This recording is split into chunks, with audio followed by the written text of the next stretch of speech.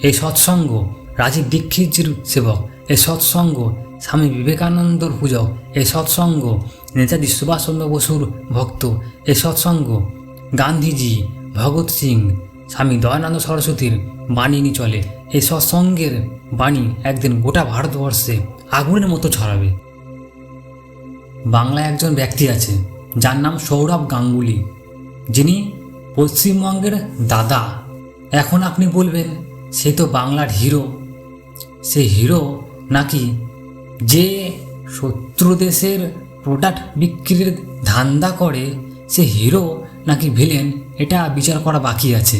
আপনি দেখে নিন, সৌরভ গাঙ্গুলি সব থেকে বেশি পেপসি কোকাকোলার প্রচার করে, মানে বেছে বেছে আমেরিকান কোম্পানির প্রোডাক্ট প্রচার করে। ওনাকে আমরা বলি রাষ্ট্রীয় খেলোয়াড়।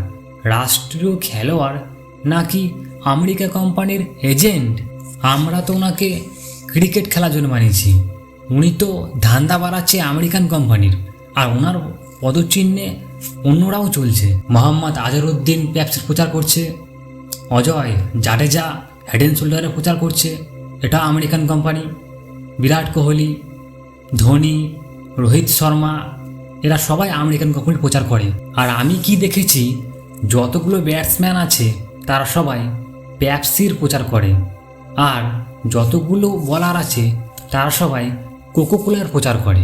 অনিল কুম্বলে, অজিত আগরওয়াল, তাহলে ব্যাটসম্যান পেপসি কোলার, বলার কোকোকোলার, ভারতের কেউ নয়, সবাই পয়সার জন্য খেলে। সৌরভ গাঙ্গুলিকে পেপসি কোলা কোম্পানি প্রতি বছর 1 কোটি টাকা দেয়, অনিল কুম্বলেকে কোকোকোলা কোম্পানি প্রতি বছর 70 থেকে 80 লাখ টাকা দেয়, আর এই রেঞ্জেতেই প্রতিটা খেলোয়াড় পায়। তাহলে এরা পয়সার জন্য খেলে, কেউ রাষ্ট্রের জন্য খেলে না। আর এরা রাষ্ট্রের জন্য খেলে না, এর থেকে বড় প্রমাণ আর কি হতে পারে এদেশে? এই সব ব্যক্তিগুলো আমেরিকান কোম্পানির ধান্দা বাড়ানোর কাজে লেগে আছে, আর এনাদের সাথেই আরও অন্যান্য ব্যক্তিগণও লেগে আছে, যেরকম শাহরুখ খান, সালমান খান, আমির খান, অক্ষয় কুমার, কারিশ্মা কাপুর।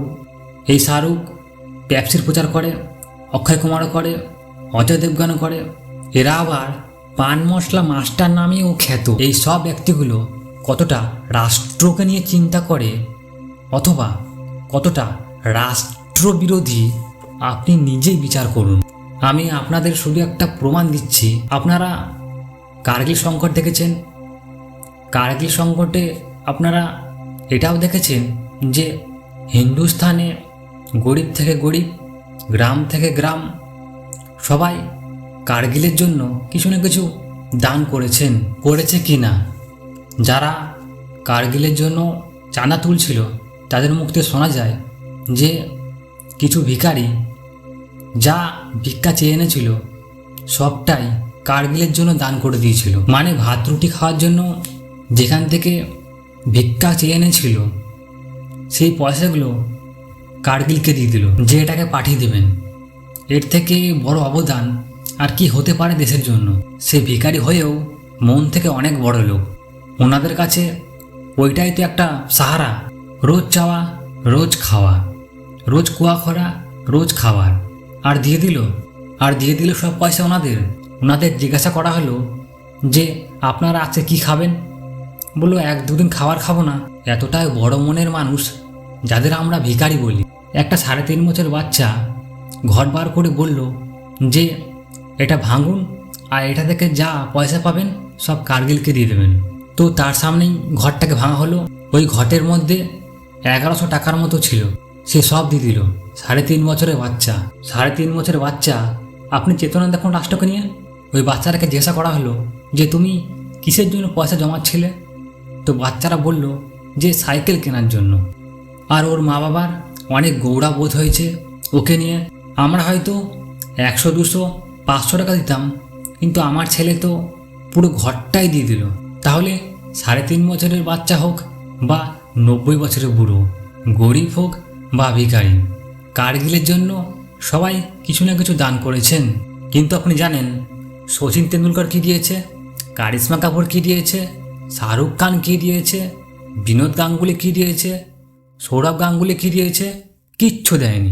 নিজেদের পুঁজি থেকে, নিজেদের ঘর থেকে কিচ্ছু দেয়নি। আপনি জানেন এরা সব কোটিপতি লোক।